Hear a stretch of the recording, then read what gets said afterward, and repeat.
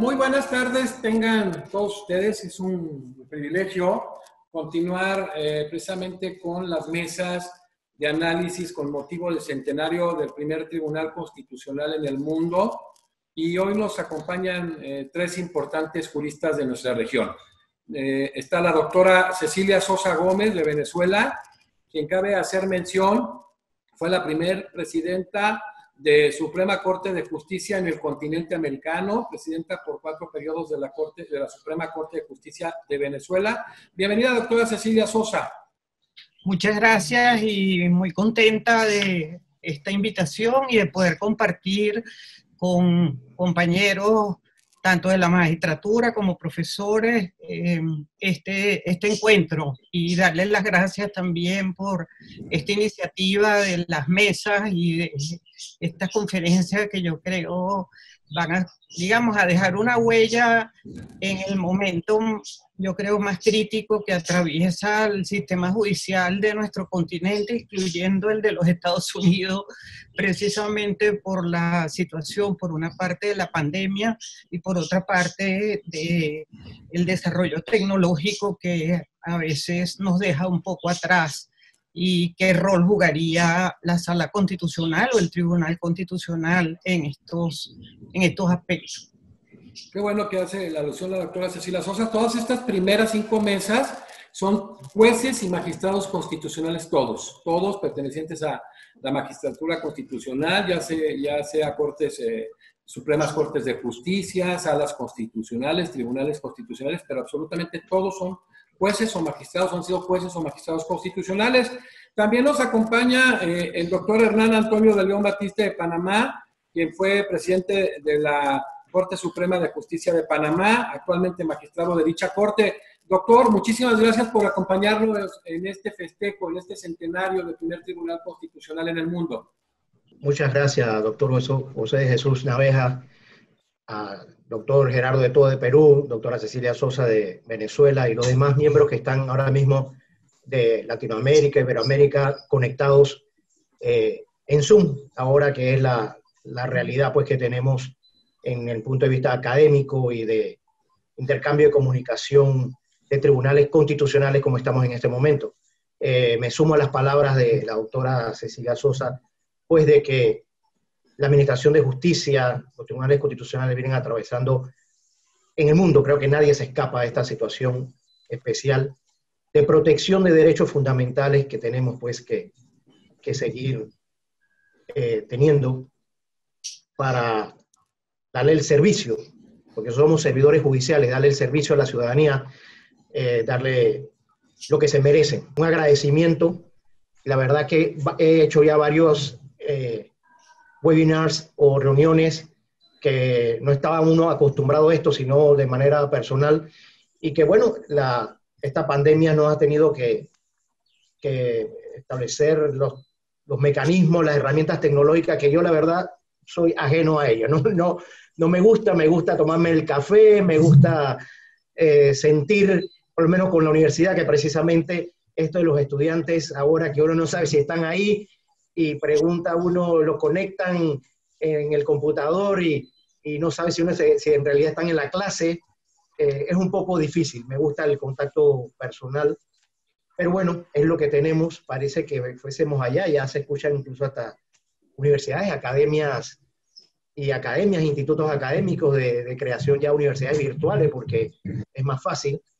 Pero bueno, agradecer también al doctor Hernán Olano acá de Colombia, igual, y todo por las distintas mesas que se han venido desarrollando, la verdad. Así que nuevamente, doctor José de Jesús, por la invitación. No, al contrario, doctor, muchísimas gracias. Y esta extraordinaria mesa con lo que cubrimos los primeros 10 tribunales constitucionales de nuestra región. Vamos a iniciar con la doctora Cecilia Sosa Gómez. Doctora, ¿qué trascendencia tuvo precisamente en el tema de la justicia constitucional el primer tribunal constitucional, esta alta corte constitucional austriaca? Bueno, yo me voy a permitir yo sé que mis compañeros pueden perfectamente ser mucho más profundos en ese punto, pero a mí me parece que a nivel latinoamericano la influencia que ha tenido México en el continente ha sido realmente trascendente. Yo creo que este encuentro también es un reconocimiento al primer documento en materia constitucional como importante antecedente en el establecimiento de la justicia para la libertad. Yo creo que independientemente de su no ejecución inmediata, el solo hecho de que ese decreto constitucional mexicano estableciera que su destino era la libertad de lo que se llamó América Mexicana, fue la primera vez en que se instaura un Supremo Tribunal de Justicia que en definitiva es el antecesor de la Suprema Corte actual. Este punto lo quiero destacar porque si hay algo que México ha solidificado en el continente, particularmente en el continente latinoamericano, es no solo el derecho constitucional, sino el derecho procesal constitucional. Yo creo que ha sido realmente un punto de partida tanto de Héctor Fixamudio como de el profesor MacGregor, digamos, una consolidación que sigue en muchos países estatuyendo de alguna forma eso que originariamente se puede llamar constitucionalismo mexicano, que se ha transformado en un derecho procesal constitucional como una disciplina jurídica autónoma. Y aunque sabemos que no es la única parte del derecho constitucional, es una de ellas, yo creo que realmente, más allá del reconocimiento a la acción de amparo, que siempre es lo que identifica, digamos, la jurisdicción constitucional mexicana, los aportes del constitucionalismo democrático, en el sentido de la justicia constitucional, del control constitucional, de la revitalización del Estado de Derecho, nos lleva a uno de los temas más, yo diría, delicados que siempre se pregunta, y es si el Tribunal Constitucional es digamos, el sumo de la garantía, no solo de la primacía de la Constitución, sino de la primacía de la protección de los derechos, quien controla a ese Tribunal Constitucional, y sigue siendo, digamos, esa justicia constitucional un punto en el cual la discusión hacia el futuro sigue siendo importante. ¿Qué quiero decir con esto?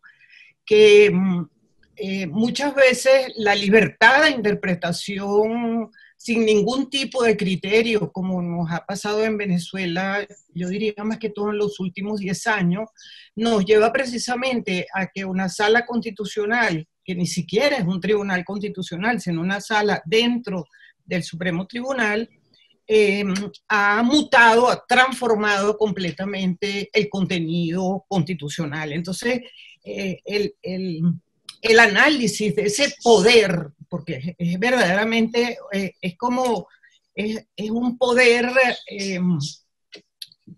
no lo situemos jerárquicamente, pero es como decir el órgano que ordena que los derechos constitucionales se respeten, y de alguna forma es la institución que garantiza el fin del Estado. Y yo creo que una de las cosas que tenemos que plantearnos es cómo han evolucionado los fines del Estado hacia precisamente, posiblemente por la universalización de los derechos humanos, cómo los fines del Estado o el fin del Estado es garantizar los derechos de los ciudadanos, precisamente utilizando como medio la libertad. Entonces, digamos, el punto primero sobre el que me pregunta, yo me siento muy complacida en el sentido de, primero, la experiencia doctrinaria y jurisprudencial mexicana tiene un puesto importante, ha sido la promotora a nivel del continente del procesal constitucional, que en definitiva hoy en día es un área autónoma del derecho materialmente.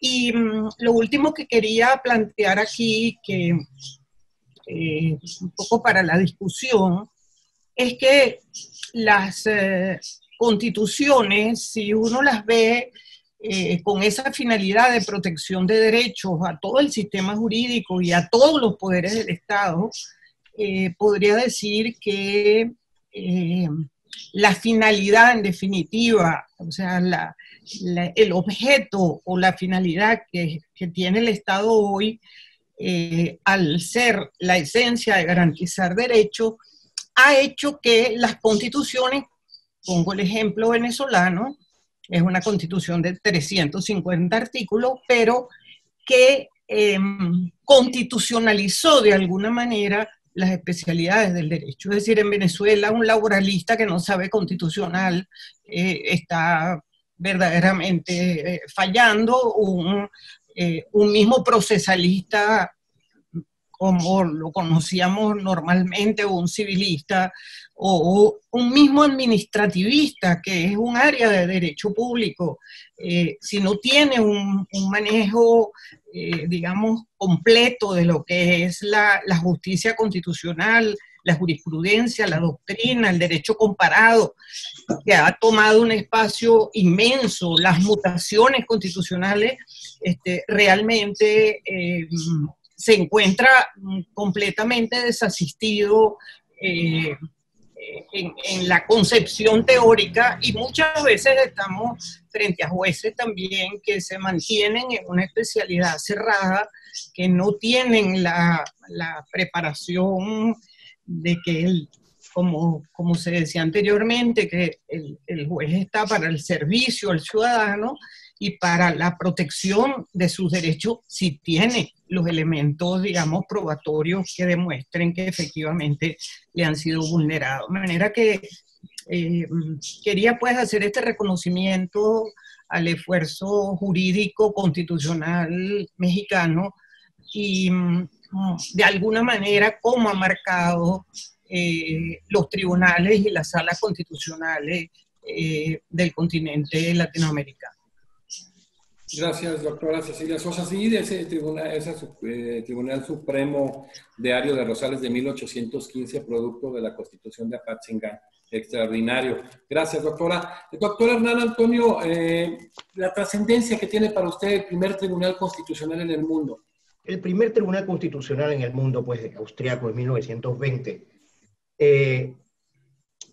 Si uno lo traspola a la experiencia panameña, igual latinoamericana, en estos días estaba haciendo un trabajo precisamente para la Comisión Iberoamericana de Ética Judicial, de la cual pertenezco.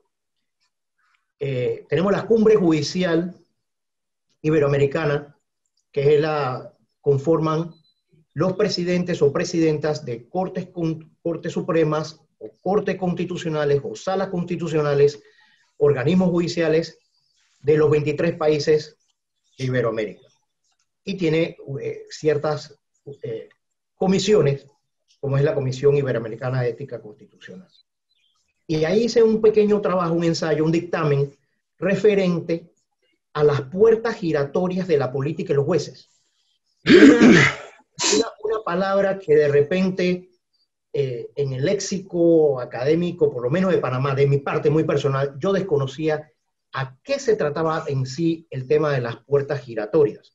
Hay que leer un poco, más bien hay información en España, y esa trascendencia que digo con el tema de Austria es porque la composición del Tribunal Constitucional Austriaco es de 14 miembros, 14 miembros que los nombra el presidente y los nombra el Parlamento. Ahí entra en juego lo que es las puertas giratorias. O en alguna forma, si hay una verdadera independencia judicial. Siempre es un tema recurrente el tema de la independencia judicial en los distintos países de Latinoamérica. Con sus pros y sus contras, con sus altas y sus bajas, por los problemas como atravesó Perú, recuerdo el año pasado, recientemente, con el tema de un autogolpe, el tema de la asamblea con el presidente Vizcaya, el tema que atraviesa Venezuela, o sea, todos nuestros países y especialmente Latinoamérica, una tradición, también una tradición de regímenes militares también. Lo atravesó también México en su momento, todos los países, Europa, ahora España también. Si vemos los diarios españoles todavía, los constitucionalistas, el debate respecto a la monarquía, el tema de una monarquía constitucional, una monarquía parlamentaria igualmente en Inglaterra, que es mucho más sólida, todo un tema de que hay una trascendencia en estos momentos. Precisamente la doctora Cecilia Sosa habla de las mutaciones constitucionales, que hizo un trabajo el profesor argentino Néstor Pedro Sagüez respecto a las mutaciones constitucionales. Quiero aprovechar pues un saludo al profesor Gerardo Beto Cruz, que ha sido un gran profesor cuando estoy en Lima, Perú, he tenido la oportunidad, y cuando ha venido a Panamá u otros países de Latinoamérica, de escucharlo. Un saludo especial.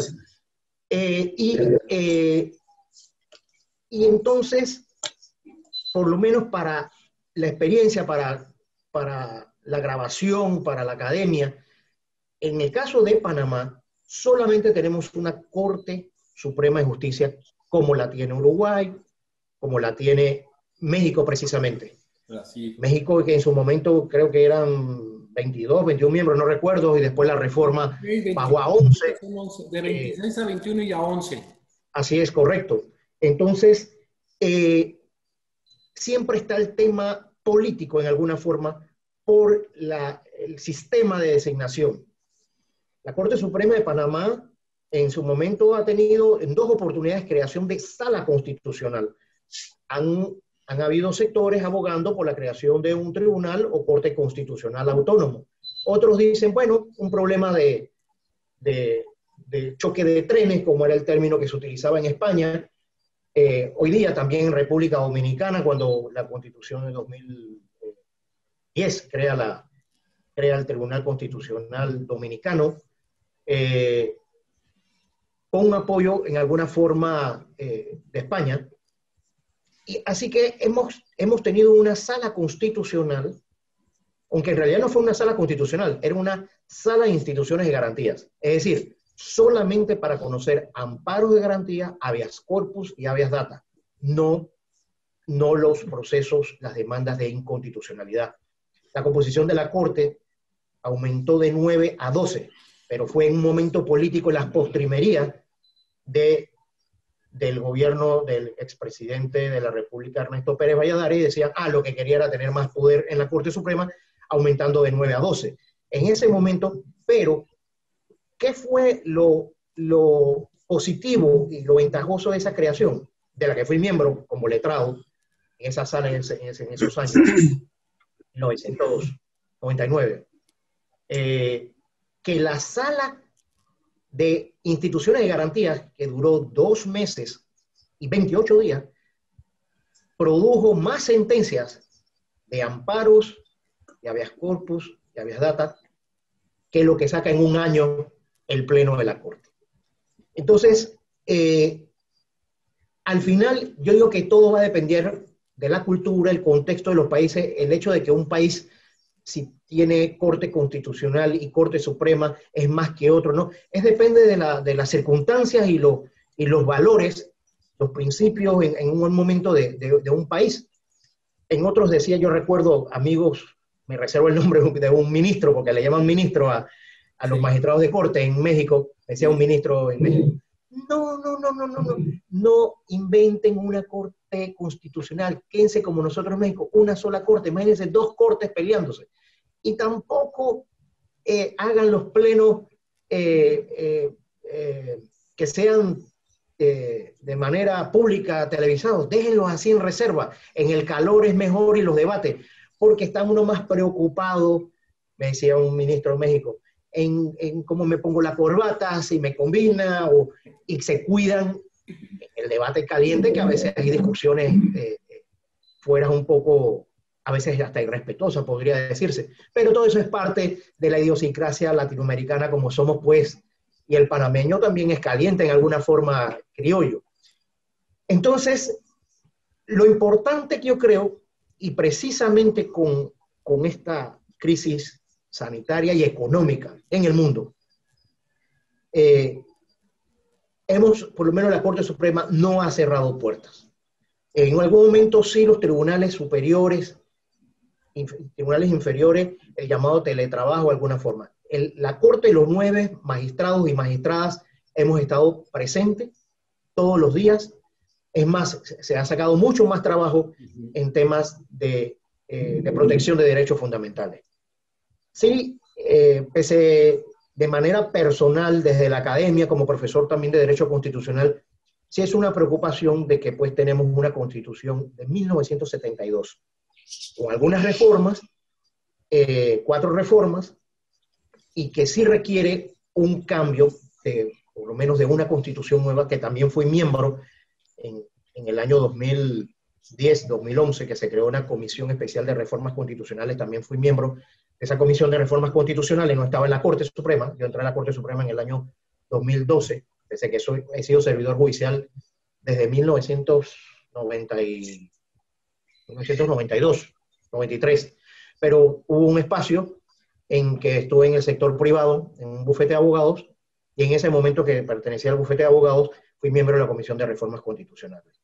Entonces, a lo que voy, de que todos nuestros países de Latinoamérica, y precisamente el sistema de escogencia también que tiene España, que tiene Portugal, de ciertas cuotas del Parlamento, del Ejecutivo,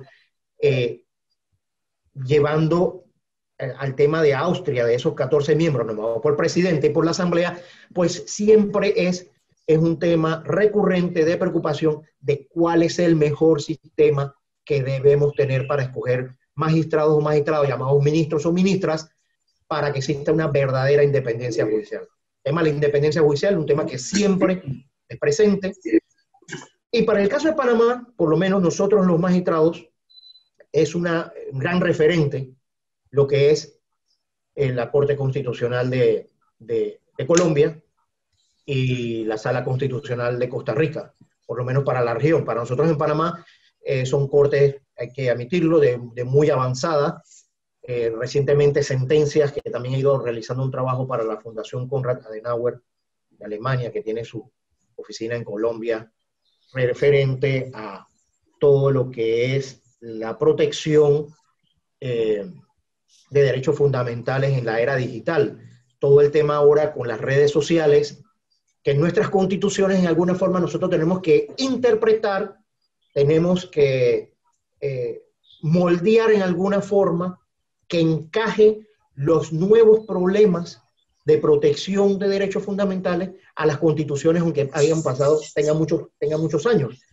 Lo relativo a la protección al honor, un derecho que en todas las constituciones tenemos el mundo prácticamente lo que es el respeto al derecho al honor, y que ahora con las redes sociales, llámese Twitter, Instagram, Facebook, que día a día se denigra, se ataca la honorabilidad de los ciudadanos en general y obviamente de las autoridades. No se escapan de los jueces y las juezas que cada día son vilipendiados en su honor, y que precisamente en Europa de avanzada, Alemania, en alguna forma yo creo que repunta el derecho constitucional moderno, contemporáneo. El profesor Jürgen Habermas, con ya sus 95 años, sigue produciendo. Vi unas publicaciones recientes en el diario El País de España respecto a la pandemia, la protección de derechos fundamentales en tiempos de pandemia, del profesor Habermas. Y los grandes, yo siempre le digo, los grandes autores ausentes, porque tenemos en Latinoamérica excelentes académicos, pero como no escriben, solamente dictan conferencias o están en las universidades, no se conocen. Pero que hoy día sí es de mucha preocupación esta protección de derechos fundamentales. Precisamente no le he dado seguimiento a otros países de Latinoamérica cómo han llevado el tema de las llamadas restricciones de movilidad. Aquí en Panamá, en España fue, claro, vemos España e Italia porque eran los primeros países en alguna forma que veíamos el tema de la COVID-19 y que la gente, algunos sectores, claro, estarían a favor de la protección, del confinamiento, y otros decían, me están violando mi derecho de libertad ambulatoria, entre otros. Y aquí, bueno, hemos ido de forma gradual. Precisamente el día de ayer es el primer día en Panamá que hombres y mujeres pueden salir. Aquí había unas restricciones de días de hombres para martes y jueves y sábado, después nos restringieron un fin de semana, sábado y domingo nadie, seguimos con... y así, ¿no? Pero traspolando estos temas, los 100 años de un tribunal constitucional que fue una visión en su momento, igual Alemania y después los demás países europeos, y que copiamos, porque copiamos en alguna forma Latinoamérica. Yo he tenido la oportunidad de estar en el Tribunal Constitucional de Perú. He estado el año pasado, porque hubo unos talleres, precisamente se dio en Lima, Perú, en noviembre del año pasado, y en octubre, septiembre del año pasado en Ciudad de México, porque del 22 al 24 de abril pasado debíamos celebrar en Panamá la edición número 20 de la Cumbre Judicial Iberoamericana. Así que se dieron reuniones, talleres y reuniones preparatorias en Ciudad de México y en Lima, Perú, el año pasado. En diciembre tenía que darse una reunión en Caracas, Venezuela, pero obviamente la cumbre decidió la comisión ejecutiva de que, pues ya con 3 reuniones, se dio otra en Lima, en Portugal, perdón, en Lisboa, así que eran 4 reuniones y solamente quedamos con 3 para la Cumbre Judicial Iberoamericana que debería darse el pasado 22 al 24 de abril pasado aquí en Ciudad de Panamá. Hoy día no se sabe si existirá una reunión, pasará para el otro año, 2021. No se ha hablado de una cumbre virtual todavía. Se decía que ahora, que en el mes de septiembre podría darse la cumbre, pensando en su momento que esta pandemia duraría 1, 2, 3 meses, pero ¿por dónde vamos, no? Sí. Así que lo importante, como México hizo reformas referente a una amplia protección de derechos fundamentales, y otros países, que Panamá igualmente, respecto a la convencionalidad, porque yo recuerdo que siempre México decía, no, nuestra constitución por arriba y después las convenciones en alguna forma, en ese nacionalismo sano que tiene México, pero recibió algunas condenas por parte de la Corte Interamericana de Derechos Humanos, y en las aulas de clase dijeron, ¿no? Tenemos que ponernos las pilas, ¿no? Tenemos que adecuar nuestra constitución de acuerdo a la Convención Americana de Derechos Humanos. Y Panamá reformó un artículo 17 constitucional de decir que la protección de los derechos consagrados serían establecidos como mínimos para toda la protección constitucional. Antes decían que se amparaba solamente garantías, derechos y garantías del artículo, recuerdo de memoria, el 17 al 33 constitucional, nada más. Es decir, pero es que en el mismo preámbulo de la Constitución, como es la dignidad humana, la libertad, por ejemplo, el preámbulo de los Estados Unidos, de la Constitución norteamericana, lo que es la dignidad humana. Así que creo que todos los países de Latinoamérica han hecho cambios valientes, y los jueces, como interpretadores de la Constitución, igual que en México cuando presentan un amparo, un habeas corpus, el juez en México es un juez constitucional, desde el juez de Distrito Federal, el juez de circuito, es un juez constitucional. Igual en Panamá, todos los jueces, las juezas, son jueces constitucionales en alguna forma. Porque antes de decidir incluso un tema de legalidad, tú miras el plano de constitucionalidad y el plano de convencionalidad igualmente. Claro, el trabajo del peso lo llevan los tribunales constitucionales y la Corte Suprema, por lo menos, por ejemplo, de Panamá, como tribunales de cierre, como tribunales garantes de protección como que el que tiene la última palabra es la guarda integridad constitucional. Pero todos los jueces y las juezas son jueces constitucionales. Igual sucede en Europa, en Austria, en España, en Italia, en Alemania. Así que los problemas de derechos fundamentales crecen. El juez tiene que interpretar, tiene que hacer mutaciones, como bien dijo la doctora Cecilia Sosa. Tenemos que adecuar el tema sin, obviamente, tomando por importancia lo que es el principio de la supremacía constitucional.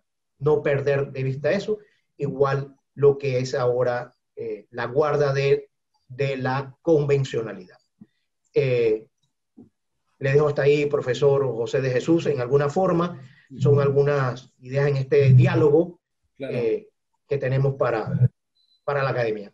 Cierto, Hernán Antonio, qué bueno que hacía referencia, y fue clave para México el 2010 con ese asunto Radilla Pacheco, donde si bien es cierto no se genera el control de convencionalidad en específico, como fue colegiadamente en el Almonacid Arellano contra Chile, sí fue la interpretación conforme en el sistema interamericano, en ese expediente 912/10, que luego decantaron en varias tesis, las 65, 66, 70 y 69/11, y sobre todo el año 2011, que fue clave para México, porque se incorpora, se constitucionaliza el derecho internacional de derechos humanos a partir del día 10 de junio del año 2011, y el día 6 precisamente pasa lo mismo con el juicio de amparo, donde se convencionaliza y se ajusta a los estándares que establece el artículo 25.1 de la Convención, pero sí había una gran resistencia, a pesar de que México había ratificado la Convención Americana de Derechos Humanos precisamente en 1981 y la prohibición de la Corte Interamericana en el 98,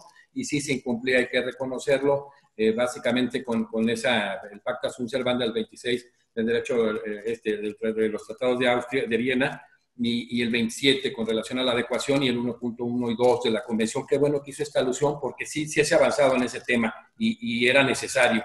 Muchas gracias, doctor Hernán, en la primera participación. A continuación, el doctor Gerardo Eto Cruz, que ha trabajado muy de lleno, decía la doctora Cecilia, algunos temas, y el doctor Hernán, que es su amigo también, pues en un gran equipo. Entre ellos me ha tocado el gusto de hacer muchísimas obras conjuntas con el doctor, coordinarlas en México y en Perú, y ha hecho también un gran equipo con Domingo García Belaunde, con José Félix Palomino Manchego, incluso por ahí que se hablaba de que en 1944, cuando habla la doctora Sosa, la génesis con Niceto Alcalá Zamora del concepto de derecho procesal constitucional, por ahí hicieron unas investigaciones y sacó precisamente un panfleto de 1933, y han hecho una investigación muy profunda, por ejemplo, desde los tribunales constitucionales, el primer tribunal constitucional, el cubano, que se terminaron concluyendo que se trataba de una sala de 1940. Doctor Gerardo Eto Cruz, usted que ha estado en la magistratura constitucional y que ha hecho una investigación durante muchos años, no para, preguntarle la trascendencia que precisamente ha tenido este primer tribunal constitucional que operó, o que ha operado en el mundo, esta alta corte, que si bien es cierto fue primero la Constitución checa, el primero que operó fue la alta corte constitucional austriaca. ¿Cuál ha sido la trascendencia que ha tenido en la magistratura constitucional? Bueno, en primer lugar, mi agradecimiento por la invitación, mi querido Manuel de Jesús, José de Jesús, y también a la doctora Cecilia Sosa y al doctor Hernán Antonio León, ilustres camaradas de armas académicas. En realidad, si se me permitía un brevísimo introito, estamos viviendo, diríamos, un año mítico, sí, porque si se desdobla, se duplica el mismo número, 2020, por un lado. Y por otro lado, estamos bajo una tormenta de una pandemia que ha desterritorializado el fenómeno, pero que nos obliga a abstraernos de esta tormenta viral para hacer reflexiones en torno a este primer centenario de creación de los tribunales constitucionales. Y no quiero entrar en honduras filosóficas, pero tengo aquí al filósofo Carlos Rovelli, que rescata uno de los pensamientos de Anaximandro, en donde este fragmento que está original señala a Anaximandro hace N cantidad de años, las cosas se transforman una en otra, según necesidad, y se hace mutuamente justicia según el orden del tiempo. Y luego quiero leer, permítame esta cita, a este otro filósofo, también Norbert Elias, en donde señala que la percepción de acontecimientos que se dan como una sucesión en el tiempo presupone que hay en el mundo seres vivos que, como los hombres, son capaces de recordar de una manera unívoca lo sucedido con anterioridad y de verlo con una mirada espiritual en un cuadro único, junto con lo que pasó después y con lo que está sucediendo ahora. Hago estas pequeñas introducciones de orden filosófico porque hace más de una década, si mal no recuerdo, Peter Heberly hablaba de una presunta marcha triunfal de los tribunales constitucionales. Y yo me planteo en este centenario que el 1 de octubre, el tic-tac del reloj darán los 100 años, si realmente existe una marcha triunfal. Adviértase aquí que la creación del primer tribunal constitucional fue primigeniamente gestado por el padre de la teoría del Estado, que fue nada menos que Georges Jelinek, y que había escrito ya un trabajo en 1885, titulado Un Tribunal Constitucional para Austria. Acuérdese también que el joven Kelsen había llegado a Alemania para beber el talento de inteligencia del padre de la teoría del Estado.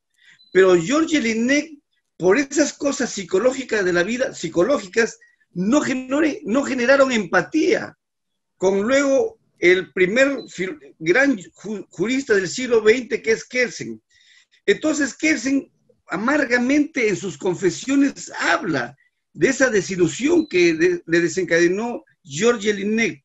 Y ojo, hay una profesora, Sara Laggi, que ha hecho una investigación profunda en ese contexto y rescata que mucho más antes de Georges Jelinek, ya en 1854, un liberal húngaro, Joseph Bon, había escrito sobre la influencia de la idea del dominio en el siglo XIX sobre el Estado y había propuesto también un tribunal constitucional. Y si seguimos así, vamos a llegar hasta Sieyès, que fue el que planteó el jurado constitucional. Entonces, texto y contexto del Tribunal Constitucional de Austria. No se olviden que hasta antes del año 18 del siglo pasado regía todavía el imperio austrohúngaro. Y este imperio se divide a raíz de lo que ocurrió con el sobrino que fue asesinado en Sarajevo. Entonces, Kelsen, que había sido asimilado a la carrera castrense, en algún momento había sido funcionario del Imperio Real. Y luego, cuando se produce el secesionismo o separatismo, Austria pasa a ser un flamante Estado y Hungría otro. Y en ese contexto hay un personaje que es bueno rescatarlo, porque si no hubiera existido este personaje, ni siquiera Kelsen hubiera existido en ese planteamiento. Karl Regner.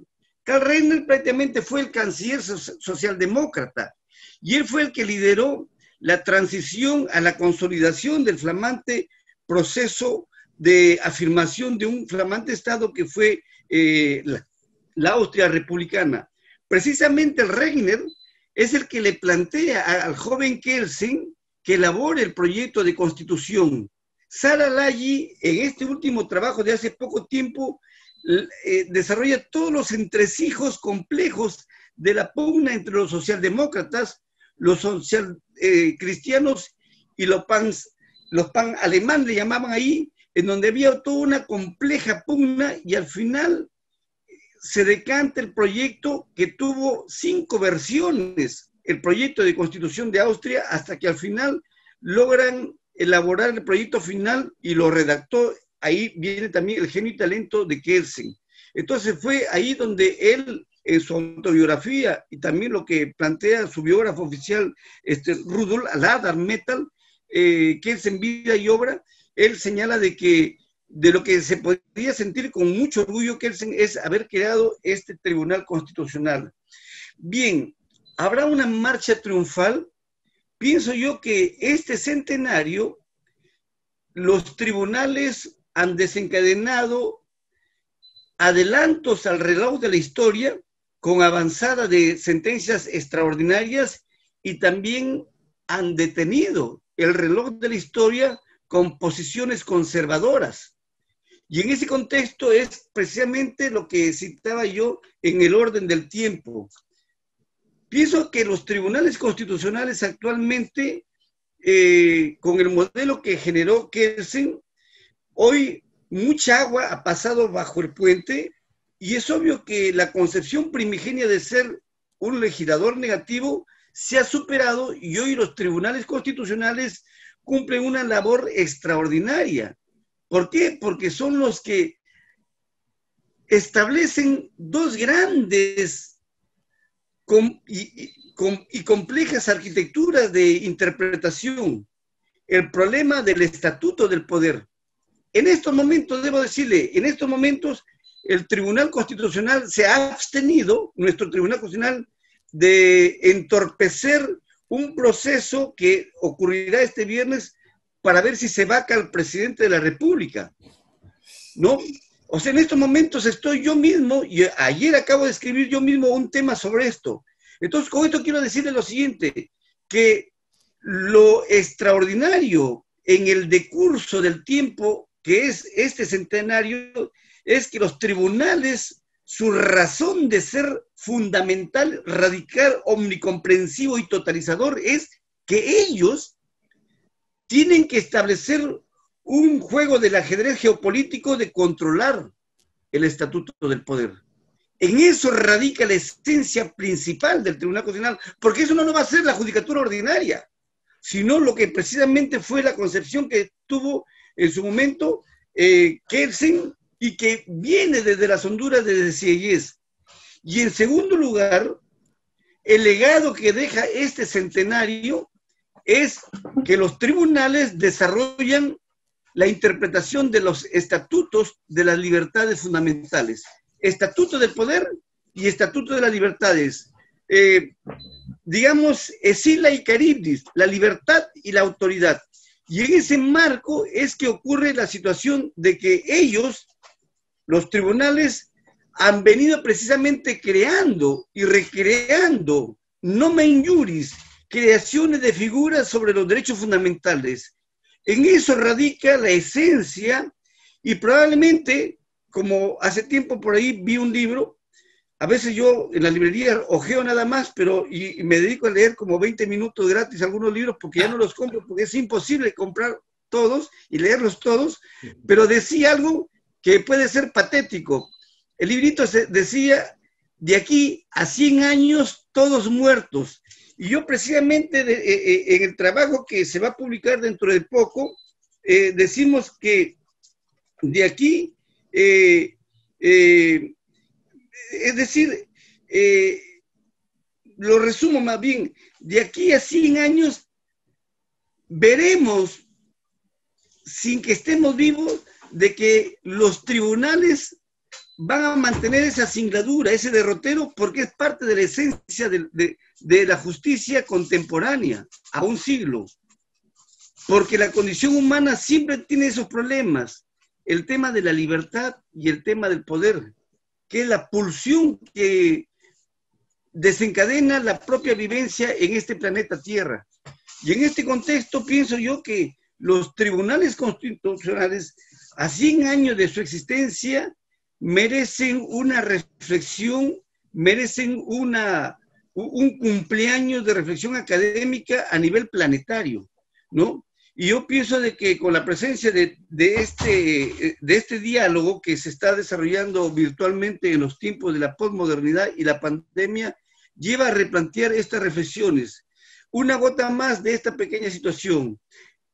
Es claro que quienes van a llegar a estar en estos tribunales deben ser personas que deben tener una fortaleza cognitiva en esta sociedad del conocimiento y una fortaleza de que no tengan temores para enfrentarse precisamente al poder, porque son ellos los que van a controlar el poder, y no solamente el poder político stricto sensu, sino los poderes fácticos que existen en la cotidianidad de vida, poderes fácticos como los grupos de presión, grupos de tensión, los grupos prácticamente mediáticos de la prensa. No es posible que los tribunales constitucionales, sin aludir a nadie aquí en el Perú, pero sí en muchas partes, los tribunales primero leen los periódicos para ver cómo emiten sus sentencias. Si realmente se van a nombrar magistrados de ese tipo de catadura, pues le hacen un flaco favor al centenario de los tribunales constitucionales. Lamento mucho decirlo así.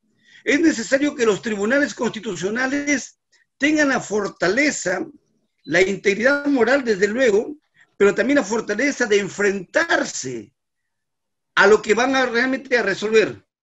Porque si realmente van a estar supeditados a los periodicazos, decimos nosotros acá en el Perú, que es a la crítica que hace la prensa, simplemente no deben estar integrándolos el colegiado constitucional. Y aparte de eso, tienen que tener una cartografía cognitiva, si se me permite brevemente, tener el dominio del derecho público en su versión del dominio 1 de la teoría constitucional. Y la teoría constitucional se expresa en 3 vertientes que tienen que tener dominio sí o sí. El derecho constitucional patrio, el derecho constitucional comparado y prácticamente el derecho constitucional general. Aparte de ese trípode cognitivo de los predios de la teoría constitucional, tienen que tener conocimiento de lo que hoy es el derecho procesal constitucional. Claro. Para que puedan realmente resolver lo que son en esencia los procesos constitucionales. Y si algo adicional le suman, que es sociología política, filosofía política y ciencia política, yo creo que ya pueden dar un enfrentamiento cognitivo.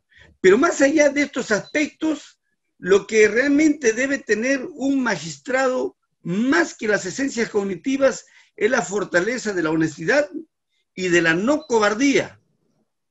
Porque realmente, ¿de qué sirve que sean elementos cognitivos, académicos, eruditos, si realmente van a sucumbir a las pasiones de la prensa o a las intrigas palaciegas de los gobernantes? Para nada serviría ese mundo.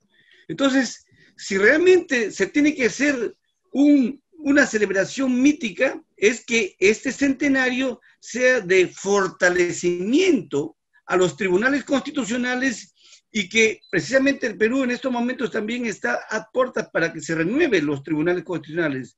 Y es por eso que se tiene que tener un perfil que ya lo dejaremos para otro diálogo que puede suscitarse en estos momentos. Esa es todo la breve reflexión que me suscita este primer centenario de los tribunales constitucionales en el mundo. Gracias, doctor Neto, por su primera participación, y qué bueno que haga alusión, porque después en medio sí decía Hans Kelsen, pues se atribuía totalmente la paternidad, y habla muy bien de ese antecedente del Tribunal Constitucional con George Jellinek en 1885, y de Manuel Sellés con ese tema del jurado constitucional, que si bien no formó parte de ese consejo para la constitución de los 11 integrantes, hizo muchísimas aportaciones en el tema.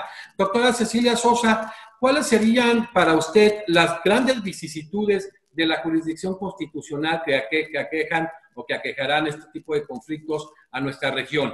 En la misma línea en que ha expuesto Gerardo su planteamiento, que de verdad ha hecho un paneo casi general sobre el tema de la jurisdicción constitucional, destacar algunas cosas para tenerlas en cuenta. Nosotros hemos hablado hasta ahora como cuando uno vive en una democracia que tiene sus problemas, que tiene sus debilidades, pero no hemos hablado de una sala o un tribunal constitucional cuando no estamos en democracia. Y digo esto porque obviamente el énfasis en que el tribunal digamos, interprete la Constitución en un sentido evolutivo, en un sentido moderno, en un sentido que tenga en cuenta el derecho comparado, que ocurre es dentro de un sistema democrático. Nosotros, por ejemplo, en Venezuela, la jurisprudencia es absoluta, de la Sala Constitucional es absolutamente normativa, y es el riesgo que generó la alteración por interpretación del propio texto constitucional, que supuestamente también se aplica a la Sala Constitucional. Yo creo que ese es un punto importante. Lo segundo que me parece muy valioso del planteamiento entre libertad y poder es que si nosotros entendemos a un tribunal constitucional como la instancia civil, no política, de la trilogía del poder clásico, estamos ante otra situación. Es decir, si yo voy al poder legislativo o voy al poder ejecutivo, estamos hablando de órganos políticos. Si yo voy a la instancia judicial, pero particularmente a la Sala Constitucional, estoy hablando de un órgano civil ciudadano en que el máximo defensor, digámoslo así, de esa institución tiene que ser la propia población. El otro aspecto que me parece que vamos a tener que revisar son los tipos de control. Que si el control es concentrado, que si el control es difuso, que si el control es mixto. Yo coincido con que todo juez de una república está en perfecta capacidad de hacer un análisis constitucional como marco de referencia, o inclusive cuando se le exige la desaplicación de una norma por inconstitucional. Pero, por ejemplo, en el caso venezolano, cualquier juez que haga eso, esa sentencia no solamente va a ser anulada por la Sala Constitucional, sino que el juez va a ser despedido. Es decir, nosotros formalmente tenemos un sistema mixto, pero en la práctica lo que tenemos es algo que no es justicia, efectivamente. Pero aún en los sistemas democráticos, me parece que el control difuso de la Constitución no es creíble por las instancias especializadas constitucionales, y buscan revisarlas de tal manera que de alguna forma el juez termina pensando, yo mejor no me meto en lío para hacer un análisis constitucional que no va a seguir los canales del superior, sino que va a, en un momento dado, como es en el caso venezolano, a ser revisado por la propia Sala Constitucional. Que yo creo que ese tema de los tipos de control que tenemos establecido merece realmente una reorientación desde el punto de vista de lo que significa la interpretación constitucional. El otro aspecto son cuál es la clasificación de sentencias que tenemos frente al Tribunal Constitucional. Es decir, en el caso venezolano, todas las sentencias deben ser para garantizar el cumplimiento de la Constitución y de los valores y principios constitucionales. Y resulta que los valores y principios constitucionales es como una coletilla de la sentencia, pero no hay ninguna referencia a la relación entre esos valores y principios y el caso en concreto. Igualmente, me parece valioso decir que los tribunales constitucionales, o algunos de ellos, están más cerca de la gente que muchas veces los tribunales ordinarios. Y debería ser un objetivo, estar cada vez más cerca de la gente. Porque en definitiva, los grandes defensores de un tribunal constitucional siempre serán los ciudadanos. Y en ese orden de ideas, el contenido de la sentencia debe ser comprendido de alguna forma por cualquier persona. Es decir, abandonar un poco el formalismo o las formas de decir las cosas que sean casi ininteligibles para el común del denominador de las personas. El otro aspecto, y con esto termino esta consideración, es que si hay una constitución que verdaderamente, vamos a decirlo así, se copió, hizo así como copy-paste de todos los derechos y garantías consagrados en todas partes, de todos los tratados, de todos los convenios que hay en el mundo, por eso es tan larga. No vayan a creer que es tan larga por el tema del poder, por el contrario, el tema del poder es corto para poder hacer lo que uno quiere, pero el tema de los derechos ocupa mucho más de un tercio, yo diría casi la mitad del texto constitucional. Y tiene una ventaja en su redacción, que es que hace la premisa de cuál es el derecho, e inmediatamente en su segundo párrafo, tercero, establece la obligación del Estado para garantizar ese derecho.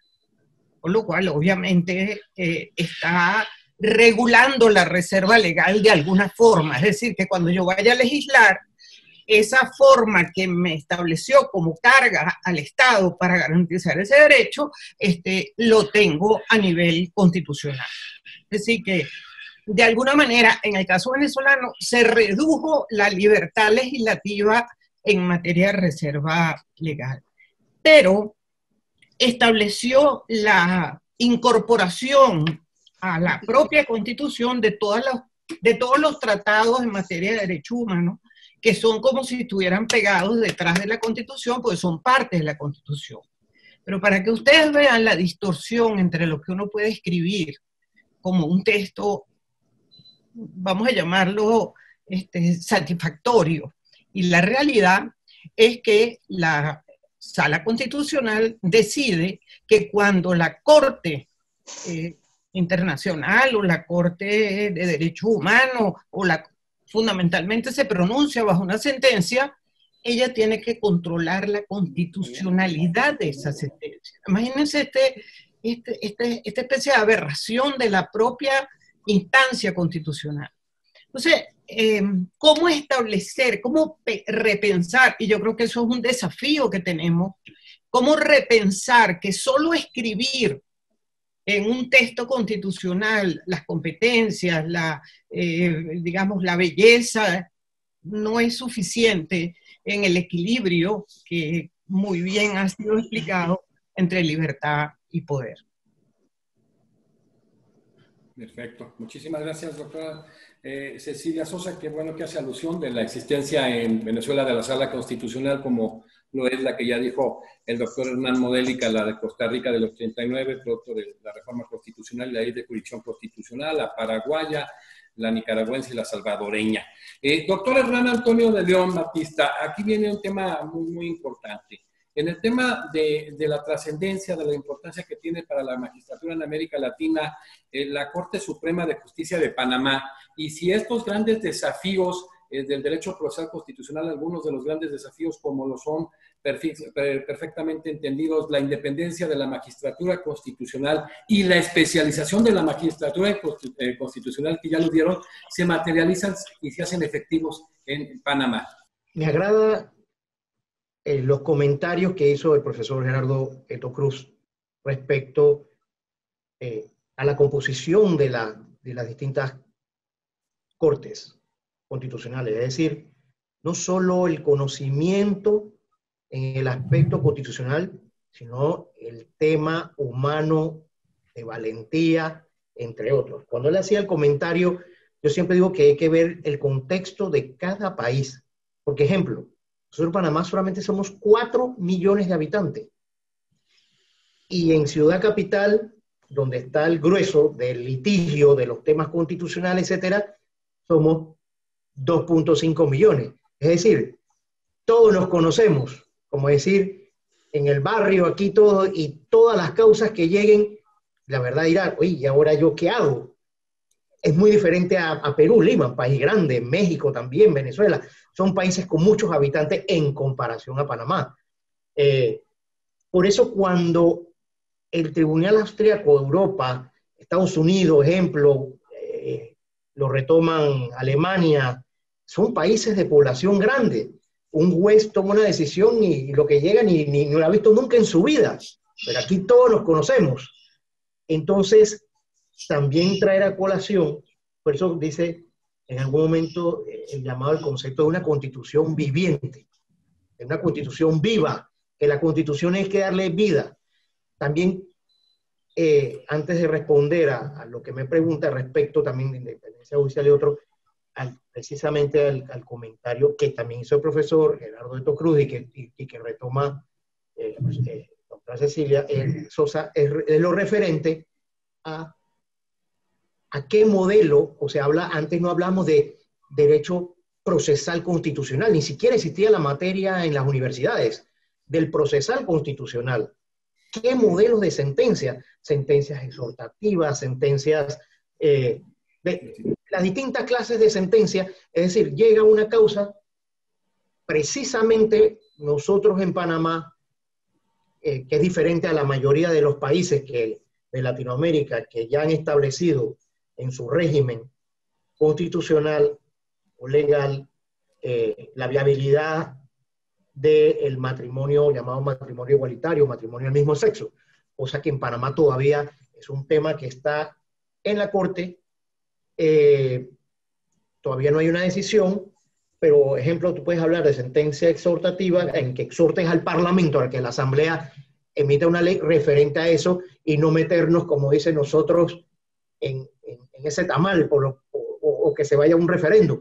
Son temas delicados que muy diferente a los Estados Unidos cuando hablan el tema del aborto, el tema del matrimonio. Por eso digo, antes de que los tribunales constitucionales se pronunciaran de manera interna, en el régimen interno legislativo, fue así, muy diferente a México, que México, la Suprema Corte de Justicia de la Nación, exhortó a que los demás tribunales de los distintos estados de México legislaran referente o se pronunciaran referente a la viabilidad del matrimonio igualitario. O sea que en alguna forma el procesal constitucional, que precisamente con el expresidente de la República, que terminó el año pasado, el 30 de junio, el presidente Juan Carlos Varela, creó una comisión de un código procesal constitucional y un código procesal del contencioso administrativo, pero quedó en un borrador y no concluyó nada, que deberían retomarse, porque lamentablemente ni siquiera las universidades retoman eso, porque eso tiene un sentido político, y son los políticos a través de la asamblea, los parlamentos o del mismo ejecutivo que tienen esa iniciativa de reformas, ya sean de constitución, de reformas de código, en este sentido, del Código Procesal Constitucional. Así que respecto a su pregunta, doctor, sí lo importante es la preocupación del tema de la independencia judicial. Cada vez que estamos en momentos de integrar, por lo menos mi persona, yo culmino junto con el presidente actual de la Asamblea, de la Corte Suprema, el presidente Luis Ramón Fábrega Sánchez. Las presidencias de Corte son un periodo de 2 años. Yo fui presidente de 2018 y 2019. Ahora él es presidente 2020 y 2021 y termina su periodo de 10 años y yo culmino igual que él el 31 de diciembre del próximo año.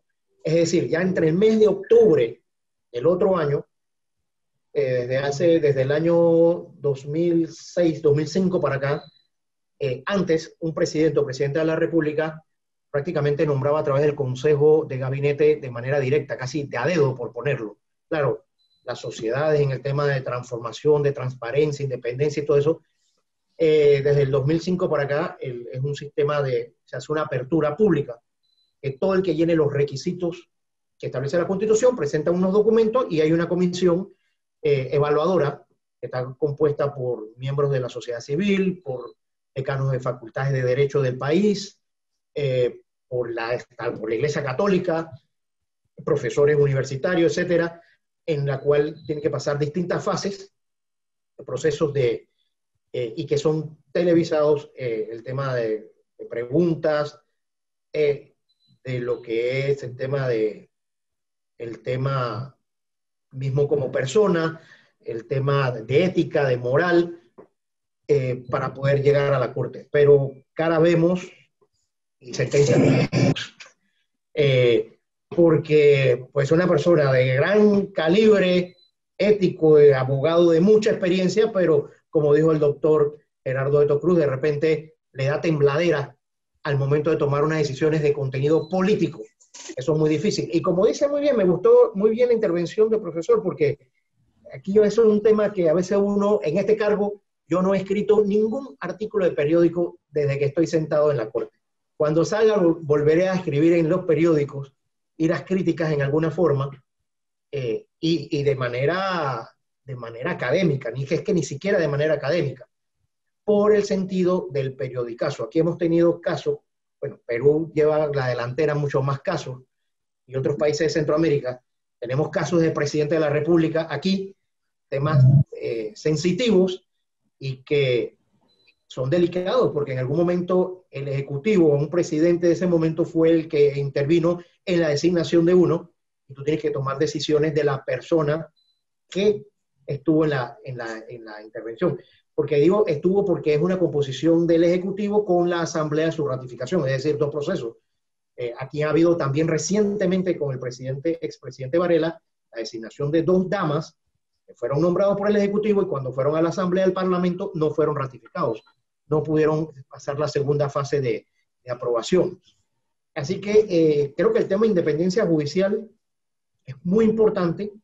Eso abarca pues todo, abarca el tema de decisiones que la ciudadanía sienta, especialmente ahora en estos temas de pandemia, que, por ejemplo, incluso en las salas que se tienen que tomar decisiones, salas contencioso-administrativas o laboral, o en misma composición del Pleno con amparo, de repente en despidos injustos, ahora con el tema de pandemia, en las personas de mayor vulnerabilidad también que se aprovechan, los temas políticos, no sé si en otros países, cuando un partido político de gobierno pues gana las elecciones, hace una barrería de servidores, de funcionarios del Estado, con tal de tener en su planilla a personas que apoyaron al partido gobernante, y de repente que personas que los protege la ley porque tienen una condición especial.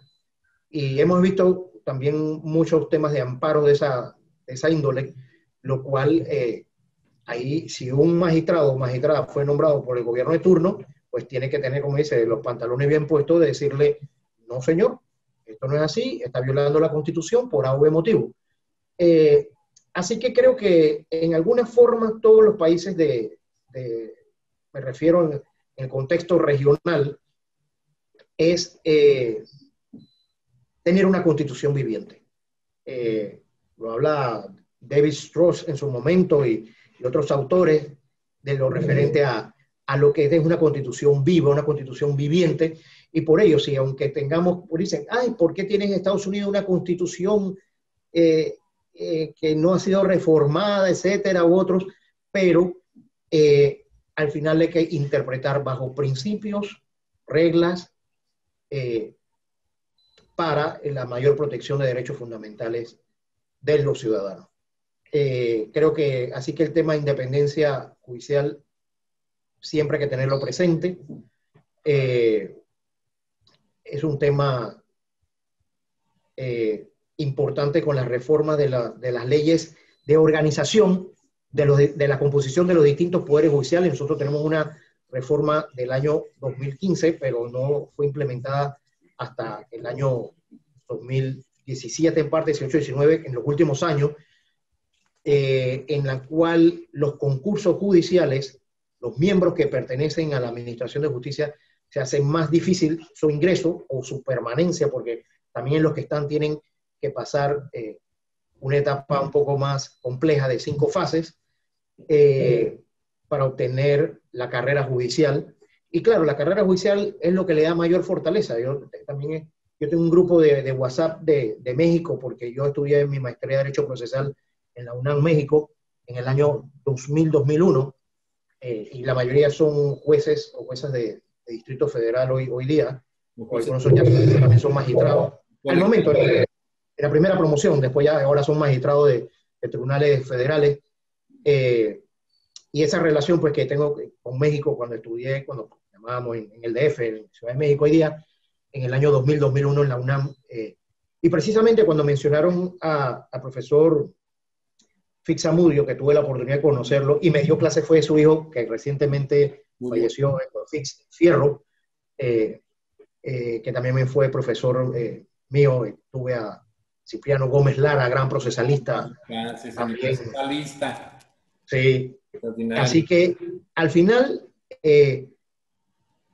creo que hoy día hay más constitucionalistas en el mundo que muchos años atrás. La gente, es un tema que apasiona. Creo que en las aulas de clase vemos chicos jóvenes que tienen un gran potencial como tremendos constitucionalistas, y que cada día, incluso ahora, precisamente con la pandemia, las protestas, o como dijo la doctora Sosa, es la misma ciudadanía la que va a proteger la Constitución. Y en estas restricciones que han habido por un tema de sanidad, los que están en las calles o protegiendo un tema de protección de derechos de libertad, no son los abogados y abogadas, ni siquiera estudiantes de derecho, son personas de otras disciplinas que están protegiendo sus derechos constitucionales, que están consagrados en la Constitución, y que yo creo que cada día la gente está más consciente. El tema de transparencia igualmente hace lo que es la divulgación. Los medios también juegan su rol, su papel, pero también, como dijo el profesor Gerardo Cruz, lo referente al llamado periodicazo, que aquí también lo hay. Es decir, nosotros no estamos, uno como juez constitucional, como un magistrado, no estamos para que las gradas nos aplaudan. Nosotros tenemos que estar en este juego, tomamos la decisión, nosotros tenemos el balón.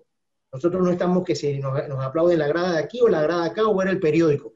Hay que tomar decisiones valientes, nos guste o no nos guste, porque entonces si no, dejemos de ser jueces.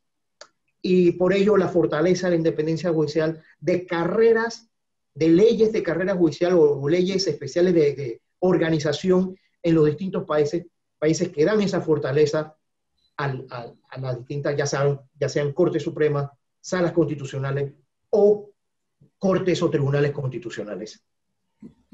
Así que había leído, sí, habría abierto rápidamente en el Google aquí el tema un poco precisamente en el tema de Austria, que emiten una sentencia, la declaran nula, el tema de revisión constitucional que se le habla en Austria, una revisión constitucional, la declaras nula, y después el Parlamento dicta lo mismo con algunos ribetes diferentes y la vuelve a crear nuevamente.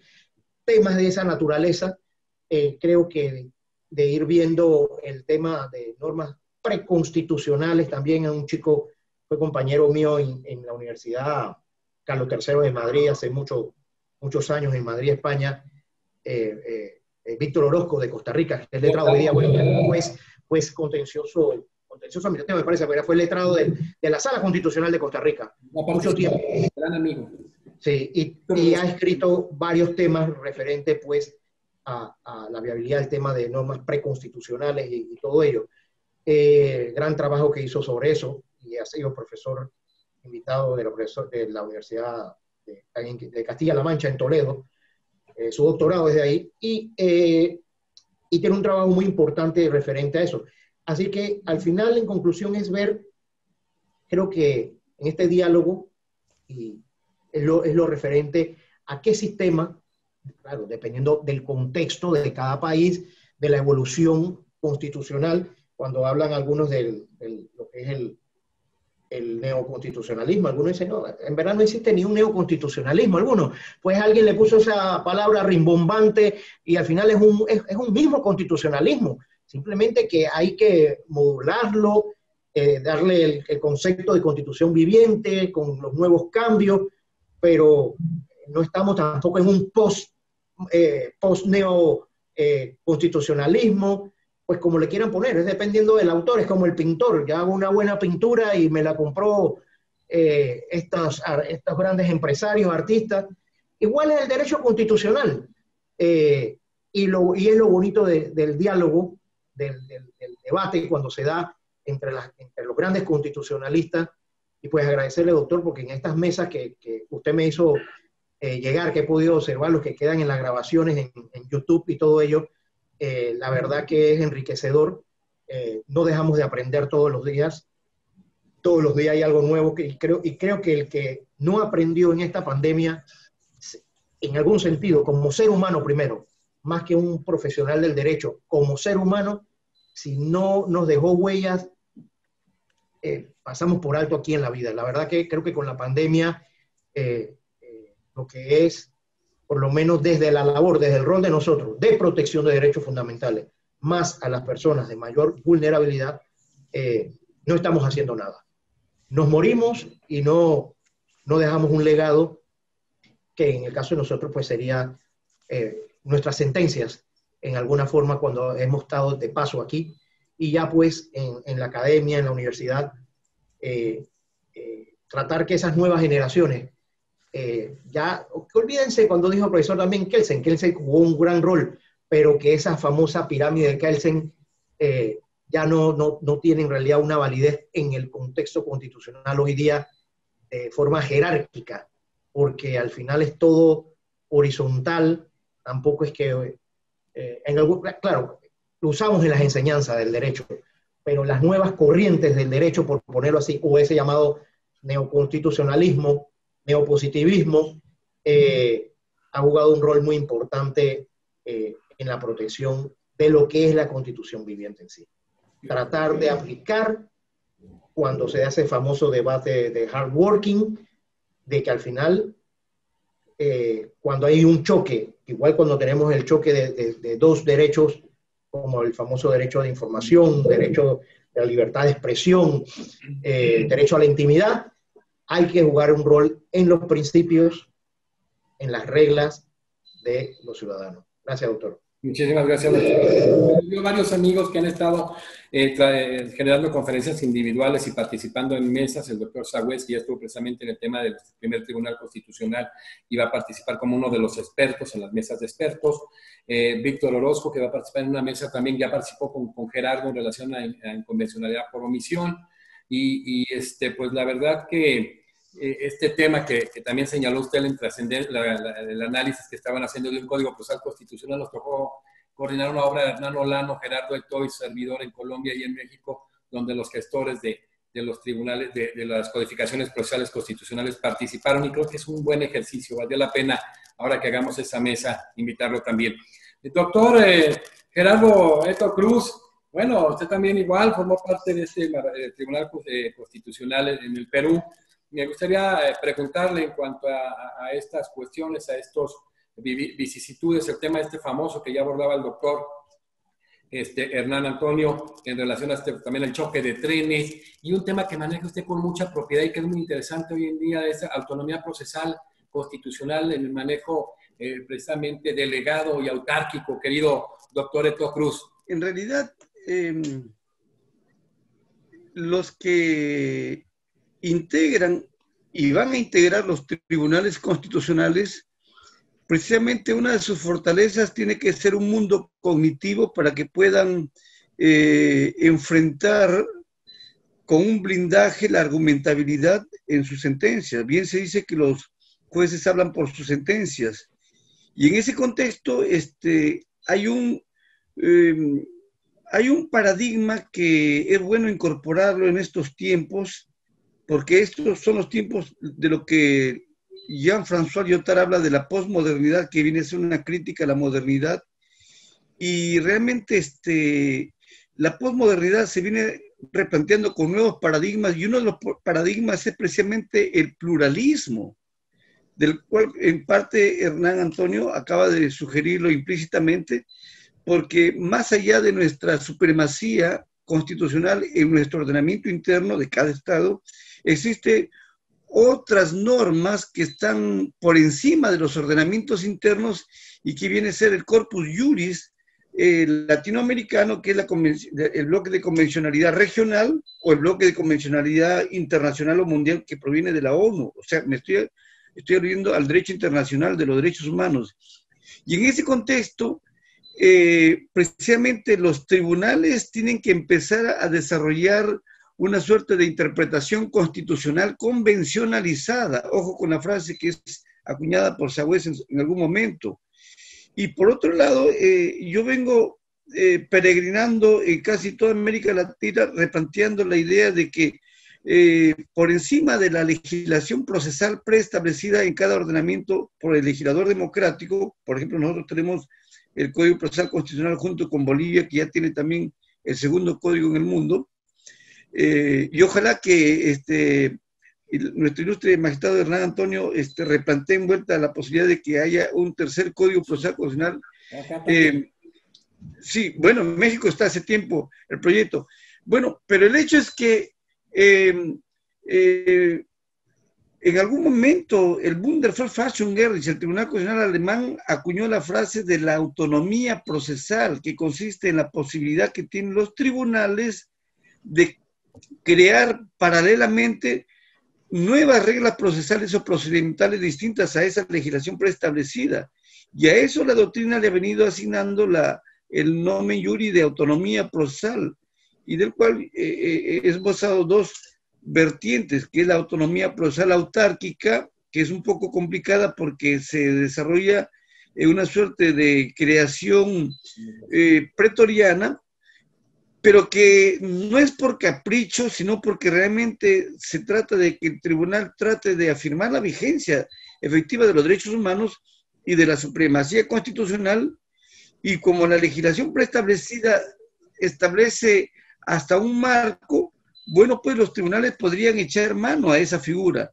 La otra sería la autonomía procesal interpretativa o delegada, que es la interpretación pacífica porque recrea, modula, innova, pero sobre la base preestablecida. Pero más allá de estos temas, pienso de que, al menos si se me preguntara del Tribunal Constitucional nuestro, me preocupa porque, lo digo inmediatamente, no tengo ningún empacho, es un tribunal que hemos tenido en este periodo no garantista, definitivamente no ha garantizado lo que exige la Constitución. Este tribunal, que ya está terminando, realmente ha hecho muchas cosas importantes, pero ha establecido precedentes vinculantes en el marco de la autonomía procesal precisamente, pero para restringir derechos fundamentales. Entonces, cuando se habla de autonomía procesal es para afirmar más bien la vigencia, no para restringirla.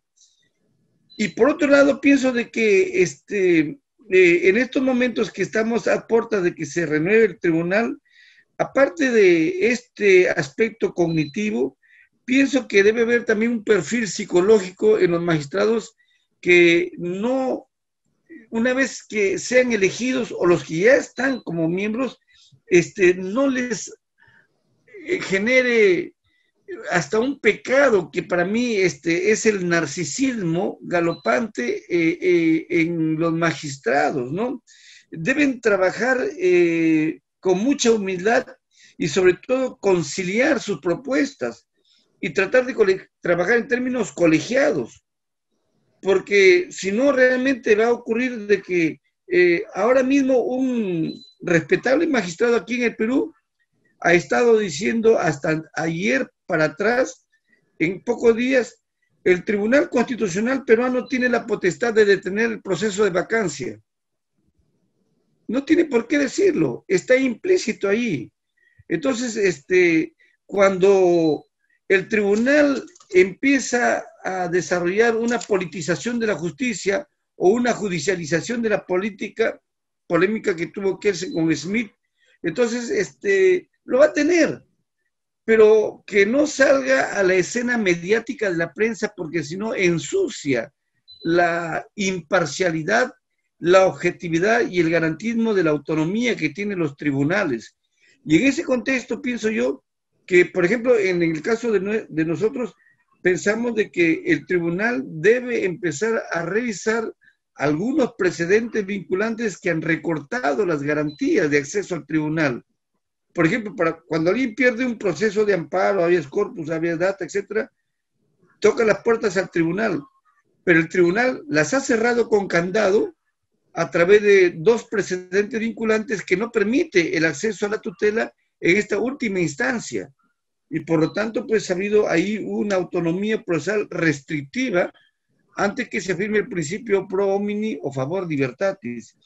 Y en ese contexto pues pienso de que el perfil de este centenario de los tribunales en cada país es que haya independencia y reitero, haya creatividad, haya posibilidades de que se afirmen las esperanzas de los justiciables, dada que normalmente la judicatura ordinaria, reconozcámoslo, tiene cierta dosis de conservadurismo. Está bien. ¿Por qué? Porque hay muchos procesos que son muy formales, pero en el campo de los procesos constitucionales es el tribunal prácticamente la última esperanza que tienen los justiciables, sobre todo cuando se violan o se mancillan mediante actos lesivos derechos fundamentales que provienen básicamente de los poderes estatales o de las grandes corporaciones privadas o de entidades privadas.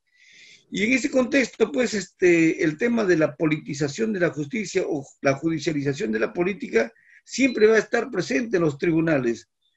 Y lo que queda aquí simplemente es que el tribunal asuma ese reto sin compromisos mediáticos y que forme una consolidación. Este centenario ha de significar que el rol de los tribunales, salas o cortes constitucionales, independientemente de la nomenclatura, son al fin y al cabo las altas cortes constitucionales, van a coadyuvar y van a consolidar la democracia. Ese es el rol que queda en perspectiva para adelante de lo que sería estos primeros 100 años de los tribunales constitucionales en el mundo. Muchísimas gracias, doctor Gerardo Cruz. Bueno, le desarrollamos dos preguntas concentrándolas a la doctora Cecilia Sosa porque tenía algunos pendientes también que generar y bueno, continuamos en esta mesa extraordinaria y qué bueno que hace la alusión el doctor Gerardo Cruz. Por ejemplo, en Colombia son 5 altas cortes, entonces a veces es interesante ver esta experiencia donde existen los tribunales constitucionales y las cortes supremas. Doctor Hernán Antonio de León, para cerrar su participación en el tema de los desafíos de la justicia constitucional, los desafíos de la magistratura constitucional en nuestra región, ¿qué considera? ¿Hacia dónde vamos en este tema de la tensión democracia-constitucionalismo? Yo creo que los desafíos están en la academia. Los cambios deben darse desde las aulas de clase. En la creación de nuevos estudiantes, de los estudiantes que tengan otra perspectiva, otra visión de lo que debe ser un constitucionalismo moderno.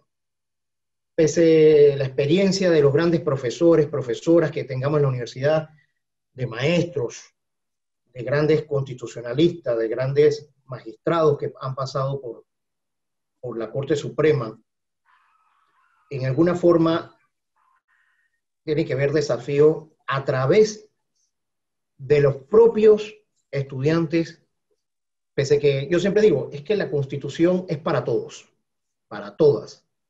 Y muchos piensan que la Constitución es dirigida para abogados, abogadas y estudiantes de Derecho.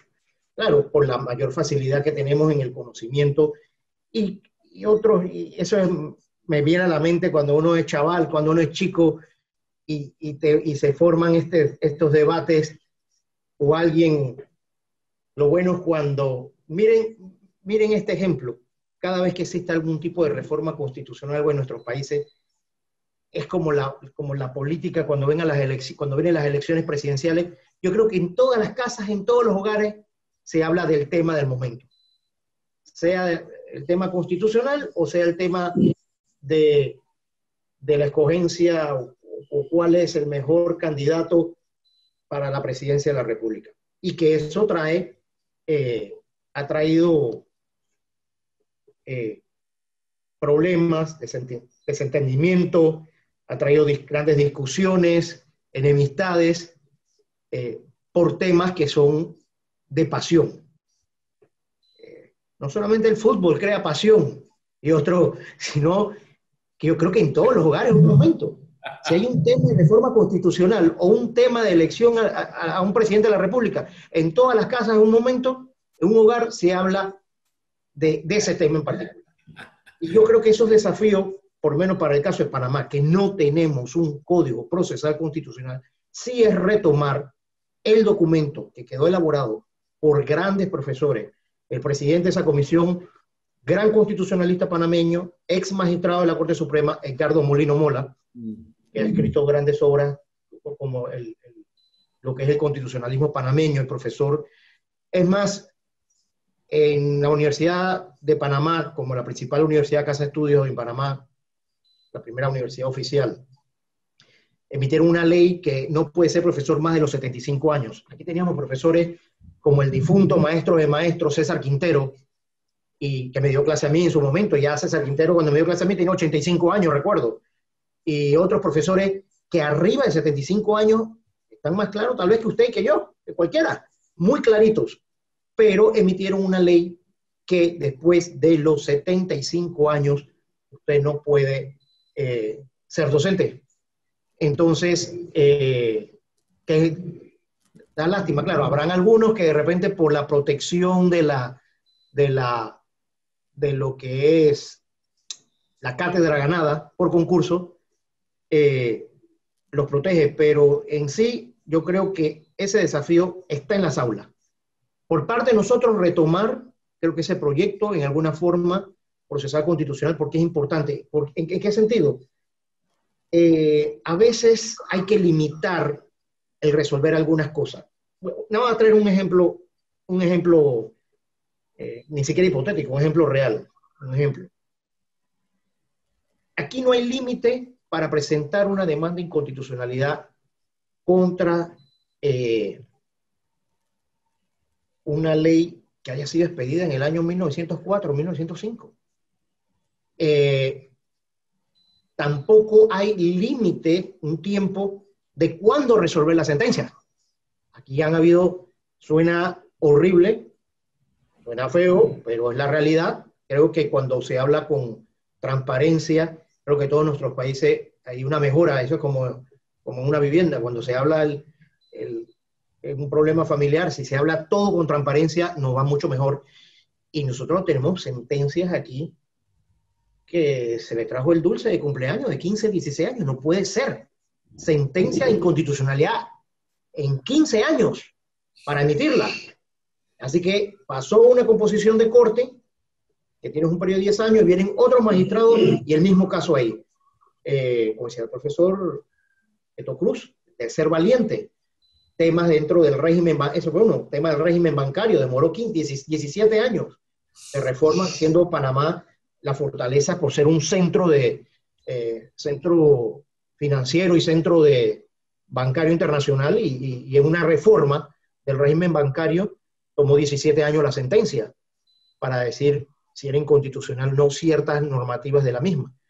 Así que en conclusión, yo creo que tomando la importancia de estos 100 años del Tribunal Constitucional de Austria, su composición, su estructura, hoy día tomando las ventajas y desventajas en la región, es la importancia de ir amarrado con ese Código Procesal Constitucional para hacer eso, para hacer una constitución viva, que le ponga límites también al ciudadano de presentar, ejemplo, el tema en España, que no cualquier ciudadano puede presentar una demanda de inconstitucionalidad, que está vedado para el defensor del pueblo, para un porcentaje, etcétera, ¿no? Que nos establecen los documentos, los libros. Pero aquí en Panamá, cualquier ciudadano, a través de abogado o abogada idónea, puede presentar una demanda de inconstitucionalidad.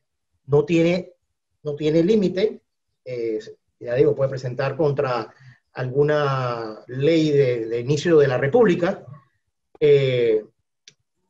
y todo un tema de las nuevas formas, yo creo, del sistema de sentencias,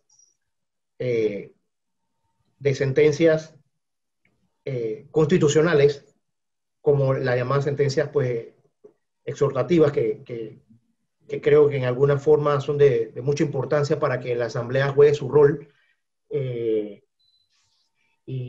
y el tema de convencionalidad igualmente.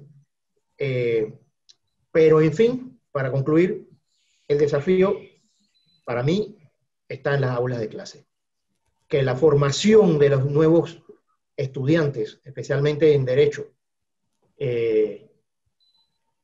establezcan la importancia de esas corrientes llamadas pues del neoconstitucionalismo, para que tengamos una mejor sociedad. Porque eso es lo importante. Nosotros estamos para resolver el conflicto social.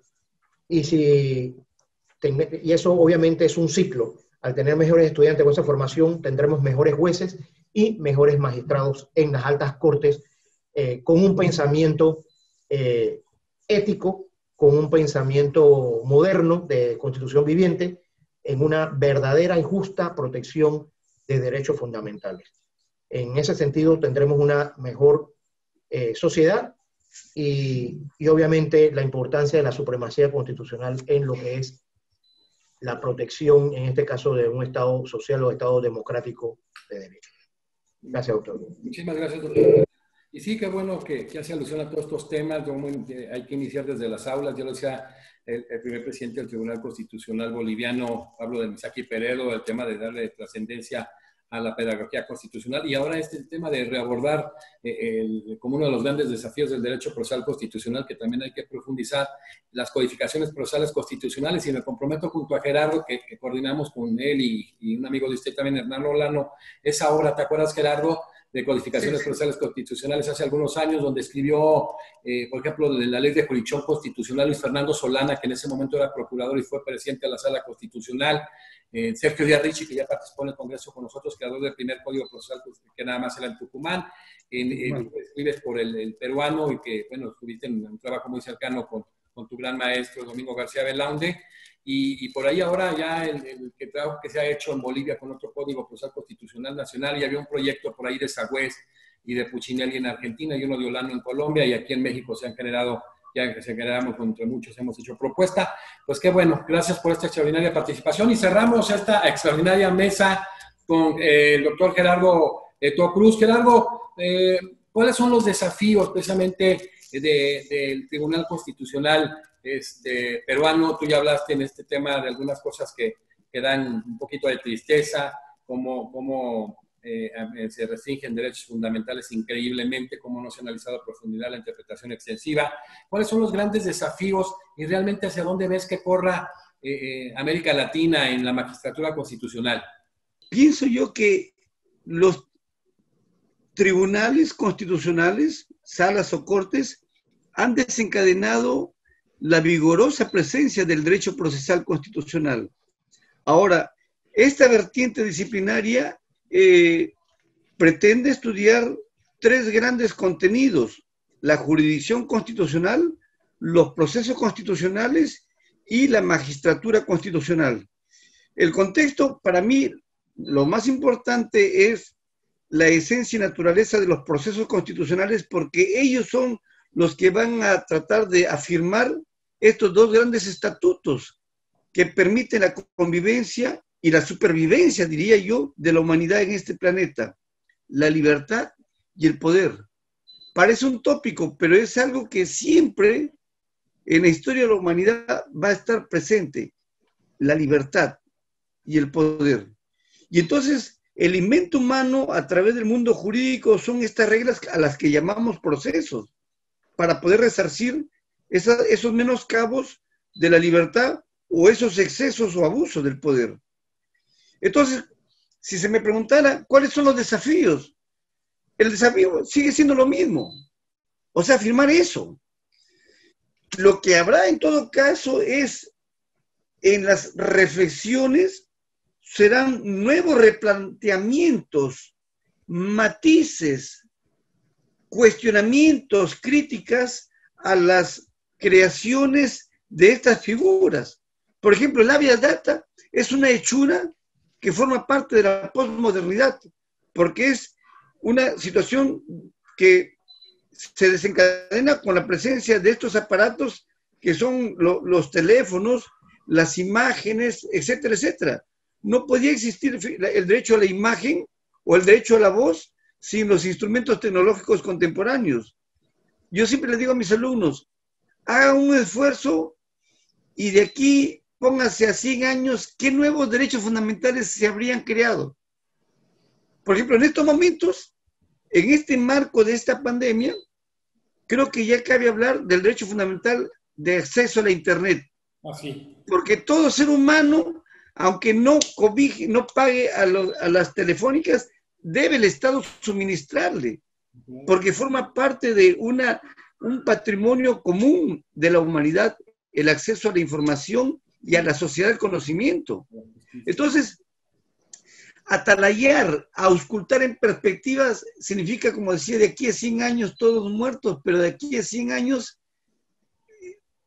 Ricci, este jesuita que estuvo en China hace prácticamente por el siglo XIV, Matteo Ricci, ¿no? Él creó la figura del Palacio de la Memoria, y él decía, hace muchos siglos seguimos escuchando las mismas voces, las mismas risas, las mismas tristezas, porque forma parte de la condición humana. Y de aquí a unas 10 generaciones estamos pensando que seguirán los mismos gestos, las mismas condiciones, porque es parte de la condición humana lo mismo. Cada uno trae su historia. En lo que tiene que ver con nuestra disciplina, simple y llanamente pienso de que van a venir nuevas reflexiones, se van a incorporar nuevos conceptos, nuevos principios, nuevas categorías, van a haber nuevas contingencias que se presentan y en torno a eso, que son los nuevos fenómenos, invita cognitivamente a tratar de entenderlo. Por ejemplo, el fenómeno de la inconvencionalidad por omisión forma parte del pluralismo contemporáneo porque son tratados que obligan a los ordenamientos internos a que se apliquen. Los estados no los cumplen, entonces se generan nuevas categorías, ¿no? El estado de cosas inconvencionales es una categoría que ya bien cabe empezar a utilizarla, estado de cosas inconvencionales. Es decir, se vienen creando nuevas situaciones, nuevas categorías y por lo tanto esos son los desarrollos y los derroteros de nuestra disciplina en estos momentos, ¿no? Son tiempos de cambio, son tiempos de reflexiones, son tiempos de creaciones de categorías, ¿no? Y esto será prácticamente legado. Desde luego, la formación de los chicos, de los universitarios, es una formación que tiene que desarrollarse en otros escenarios. A mí lo que sí me preocupa de los chicos es que actualmente están viviendo una temporada, espero que sea breve, porque la temporada de vida universitaria que todos hemos vivido ha sido la más hermosa. Como decía Hernán Antonio, que llegue el profesor y ver el contacto, el gesto, el detalle, la risa, la broma, el muchacho palomilla que hace sonreír, o hay veces que dan algunas cóleras. Esas cosas hermosas de la vida que ya se añoran, habrán de retornarse, tarde o temprano. Entonces, simple y llanamente, pienso que las vigas seguirán siendo las mismas de nuestra disciplina y se van a ir reconstruyendo sobre la base de los hombros de estos gigantes que han sido prácticamente desde Kelsen, desde nuestro amado Héctor Fixamudio, que es el más, ahora sí, el viviente, que es el que descansa sobre las espaldas del derecho procesal constitucional, que es a nivel ecuménico, Fixamudio, ¿no? Nosotros, te recordarás, José Jesús, que sacamos un libro con Pepe Palomino, El pensamiento vivo de Héctor Fixamudio, que hace tiempo estuvimos, que le entrevistamos, ¿no? Irónicamente fallece más bien Héctor Fix Fierro, que ha sido profesor de Hernán también, ¿no? En fin, es bien difícil que responder en términos asertóricos, apodícticos, axiomáticos. Estos deben ser los escenarios y como retos. Simplemente van a surgir muchas contingencias en la vida y el mundo cognitivo va a tener que irse encarrilando a nuevos hechos que se presentan. Así de simple, porque en eso radica la dialéctica del conocimiento. Presentado un fenómeno, fenómeno viene de paidómeno, que significa lo que aparece, lo que acontece. Acontece un hecho y por lo tanto el mundo intelectivo del humano va a tratar de entenderlo. Y eso llevado al campo de la ciencia es prácticamente ir desarrollando la dinámica de la dialéctica de estos hechos, ¿no? En fin, mi querido José de Jesús, ha sido una muy grata reflexión en estos primeros 100 años, y vuelvo prácticamente a la cita, ¿no? Las cosas se transforman una en otra, según necesidad, y se hacen mutuamente justicia según el orden del tiempo. Qué bella palabra de este filósofo Anaximandro, que siguen siendo actualmente contundentes. Eso es lo que me cabe modestamente como reflexión, y muchísimas gracias por tu invitación. Siempre es grato compartir estas reflexiones, y sobre todo porque esto que queda acaso en la soledad de estar conversando no es soledad, sino que eso ya se expande en el mundo de la sociedad del conocimiento a través de estos adminículos, que es prácticamente lo que dice Byung-Chul Han, el enjambre virtual. El enjambre virtual. Muchas gracias, mi querido José de Jesús, por tu invitación. También al profesor Hernán. Esperamos en algún momento estar en la bella Panamá, del cual hace tiempo recuerdo que estuve cuando me fui a dar una vueltita con mi amada esposa Irene, y el día que yo me estaba yendo, fallecía en México nuestro gran Gabriel García Márquez. No quisieron hacerme cambio porque yo dije, no, vamos a México para el entierro. Ahí ya lo incineraron y luego lo trajeron a Cartagena. Pero en fin, también a la profesora, a la ilustre magistrada Cecilia Sosa, que espero que su esposo vaya reponiéndose, creo que apuntaba que estaba delicado de salud. Sí. Y a ti, mi querido José de Jesús, muchas gracias por compartir a partir de estas plataformas virtuales. Muchas gracias. Mira, qué maravilloso, iniciaste con Anaximandro y cerraste con él, el socrático, tema de la peirón, de lo indeterminado, y ahora cómo se da este tema, y que me da mucho gusto la integración de esta mesa.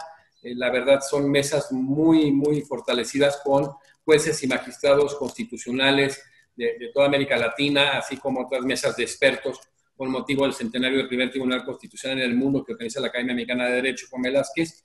Y bueno, damos las gracias, como decía, tiene a su esposo delicado, la doctora Cecilia Sosa Gómez de Venezuela, que reiteramos fue la primera presidenta de Suprema Corte de Justicia en el continente. Cecilia es histórica, la primera presidenta, fue 4 periodos presidente de la Suprema Corte de Justicia de Venezuela, 2 veces candidata a presidenta de Venezuela, una mujer extraordinaria, con una historia increíble, y digo, histórica, porque nadie le quita ya haber sido la primera mujer presidenta de Corte Suprema en todo el continente.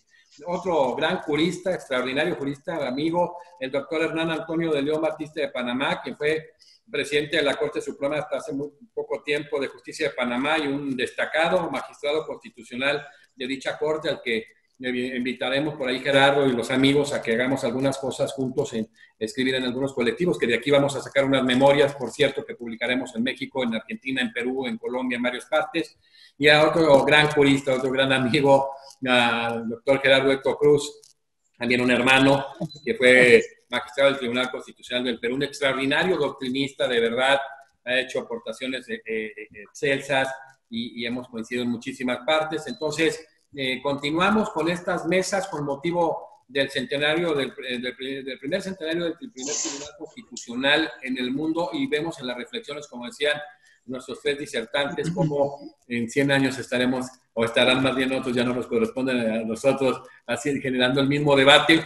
Pero sí es importante que, independientemente de lo que se generó en su momento, de este legislador negativo, todo este tema de la atención, democracia, constitucionalismo, pues se tome con toda la seriedad, y que sobre todo estos desafíos se cumplan, ¿no? El hablar, como le decíamos todos, la especialización de la magistratura constitucional, que es súper importante, y el tema de la independencia de dicha magistratura, y generar sobre todo un perfeccionamiento de los procesos constitucionales, y a la vez una codificación procesal constitucional, que son quizás los 4 más importantes retos del derecho procesal constitucional. Muchísimas gracias a todos ustedes. Estamos presentes en el grueso de Europa, en toda América. Muchísimas gracias, y terminamos esta extraordinaria mesa. Continuamos con la siguiente. Gracias.